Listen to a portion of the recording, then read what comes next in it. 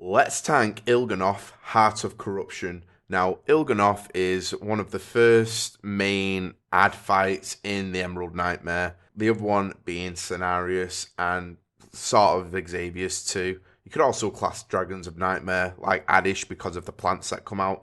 But Il'gynoth's the main ad fight because all you're going to be doing is killing little ads, and once you've blown these little globules on its eye, it's going to open up, you run in, and then you burn down the actual boss. Now, how we're going to do this guide is I'm going to talk about each individual ad we have to deal with and how to deal with it, where it should be tanked, and then we'll talk about the eye at the end because the eye is pretty simple compared to the ads. So the first ad we're going to look at is the Dominator tentacle. Now, the first main ability is Rupturing Roar, and this basically means is if they're not being tanked, they're going to start pulsing AoE physical damage to all players within the raid. So you need to make sure each one is tanked. You only need 2 tanks for this fight, 1 on each one. There's only 2. There's 1 on the left and 1 on the right, and they always spawn the same location at the start of each phase. So when you go into the fight, there's going to be 2, and when you come out of the eye phase, there'll also be 2. Make sure they're getting DPS down 1 at a time, and make sure you're going to be rotating cooldowns on the next ability that they do, which is Nightmarish Fury.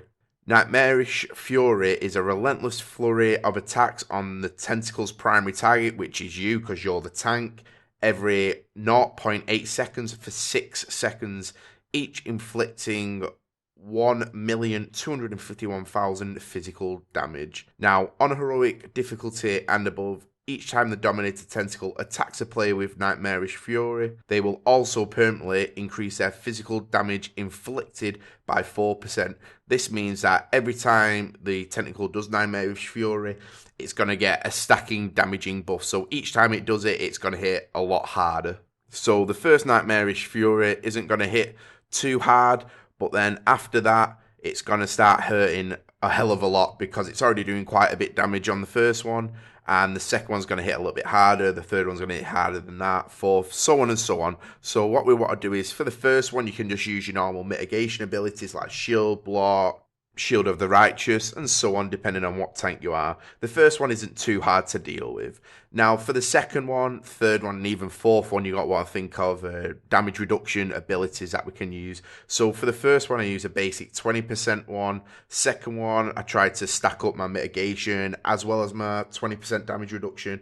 And if I'm taking like a fourth or fifth one, I'm going to start thinking about using my big cooldown like a shield wall or 2 like minor damage reduction abilities. So like say a demo shout and an iron bark off a druid. Now, if you're ever in a situation where you get into the 5th or 6th stack of this Nightmarish Fury and you're worried about what to do, you can always call out for the other tank to come over and taunt as long as his ad was killed before yours. Obviously, if both of them are still up, you don't want to do that. But say you're on the second one, you can always call out for him to come over, taunt, and pop a big cooldown himself.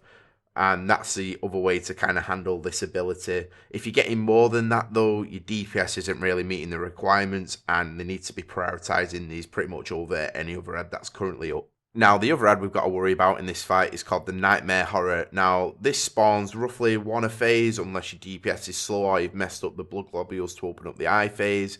So you're looking at 1 a phase on heroic difficulty, and you know it's coming when the Eye of Il'gynoth, which is the big eye right in the center room, which you want to be opening up, starts channeling a beam. It's going to be a red beam, and it'll start channeling it right in the center of the room, and this is how you know that the Nightmare Horror is going to be spawning. Now, when it spawns, you want to get one of the tanks, make sure that you know which tank is tanking it first, is going to pick up the ad and then take it to where you came into the room. This is so that we're not going to be dropping puddles of bad everywhere. So the main reason you want to make sure that you have one tank tanking it is for the debuff Eye of Fate. Now, Eye of Fate is going to inflict 2,250,000 shadow damage in a line in front of the Nightmare Horror, and it increases damage taken by this ability by a further 50% for 30 seconds, and this effect can stack. So what you want to be doing is you're going to take 2 stacks of this debuff and then have a taunt swap. Both tanks want to be attacking this Nightmare Horror, and it's basically the last on priority for anything being killed. So you need to make sure you're not messing up the stacks. You can take multiple stacks, you can go to 3 or 4, but you want to be thinking about using your other cooldowns like damage reduction, like shield walls and stuff if you're going too high, or externals. So as I said, each tank wants to be taking 2, and you tank swap onto stacks. Once the second stack goes up, the other tank can feel free, even if his debuff still has a few seconds left on it, to taunt back. And the other tank, so say you're tanking the mob, the other tank wants to be directly behind the mob in case you have to do a quick movement or move him left or right a little bit. You always want to be directly behind this as the off tank, not tanking the Nightmare Horror at the time. This is so you don't accidentally get a stack, and this will just mess up your taunting altogether, which can really mess up the fight and cause for one of the tanks to die or a wipe to be caused. So as I said, Eye of Fate's going to hit you for over 2 million damage, so you want to be thinking about how can I handle this. At this time, we have around 3 million health, depending on what tank you're playing. I went into this fight with, I think, 2.8 million when we did it on Heroic. It's a little bit undergeared, but it's pretty much a really good chunk of your health going. You're looking at like 80 to 90% of your effective health. So what you want to be doing is making sure you constantly, especially before the abilities going out, if you've got a mob like DBM going or Bigwigs to tell you a timer on the actual Eye of Fate ability, then you need to be making sure you're rotating your active mitigation and make sure the melee hits that the mob's going to be doing on you aren't taking you below that threshold. And that's so that you don't obviously get one shot by the first one going in. Now, the second Eye of Fate, what I was doing is I'd use a small damage reduction cooldown, so say like a demo shout, and made sure me No Pain was fully stacked up when this ability went out, just so it wouldn't kill me and I was in a very safe zone. When that happened, then I'd just call for a taunt and the other tank could take it. It's a pretty simple thing, but you just need to keep an eye on that ability. It can kill you. As I found out on one of our pulls, it just straight up, even the first one, just one-shot me because the melee hit came and straight away I had an I-beam hit me, and that just took my health down from 100% to 0 in less than a second. I was shocked. I was like, what the hell happened? Check my death cap, and that's what happened. My mitigation wasn't up, and it was a mistake on my part, and it did cause us to wipe in the long run because we needed that battle res. So just be wary of that. Now, the next ability this Nightmare Horror does is Seeping Corruption, and all that is, it's going to drop puddles underneath itself, and you just need to move the mob out of it and make sure you're moving it to a safe area, not near any of the other ads, and making sure not to spin this mob too much because of that I-beam. It can hit multiple people. It is a straight line ability, so you just want to be making any irrational movements so people can actually see where you're going to be moving this mob. And one last thing to mention about this mob is that when it dies, it just drop a load of the little globs you're going to need to open the doorway up. So what you can do is, because you're tanking it so far away from the raid, is when it's about to die, if you're good with your time, as you can see, there's like 10-15 seconds left before the next Eye of Fate comes out, is you can start bringing it towards the doorway. And this just makes it so you can actually open the doorway a little quicker and the little globs haven't got so far to run. That's just a little extra thing you can do to help your raid out. You don't have to do this, but it does help in the overall view of things.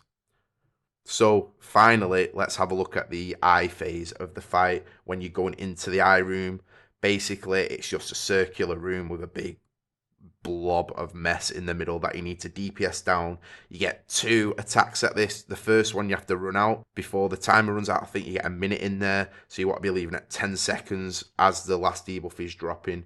Now, this debuff, what it's going to do is instantly kill you if you remain within the eye area, whatever you want to call it. And this is called Dark Recognition.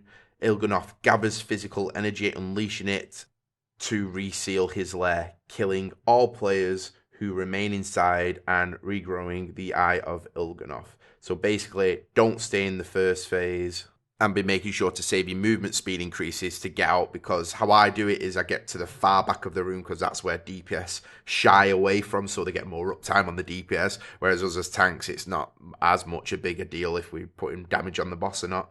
And I just stay to the back end, use Heroic Leap or my mount on my Paladin, for example, to get out as soon as possible.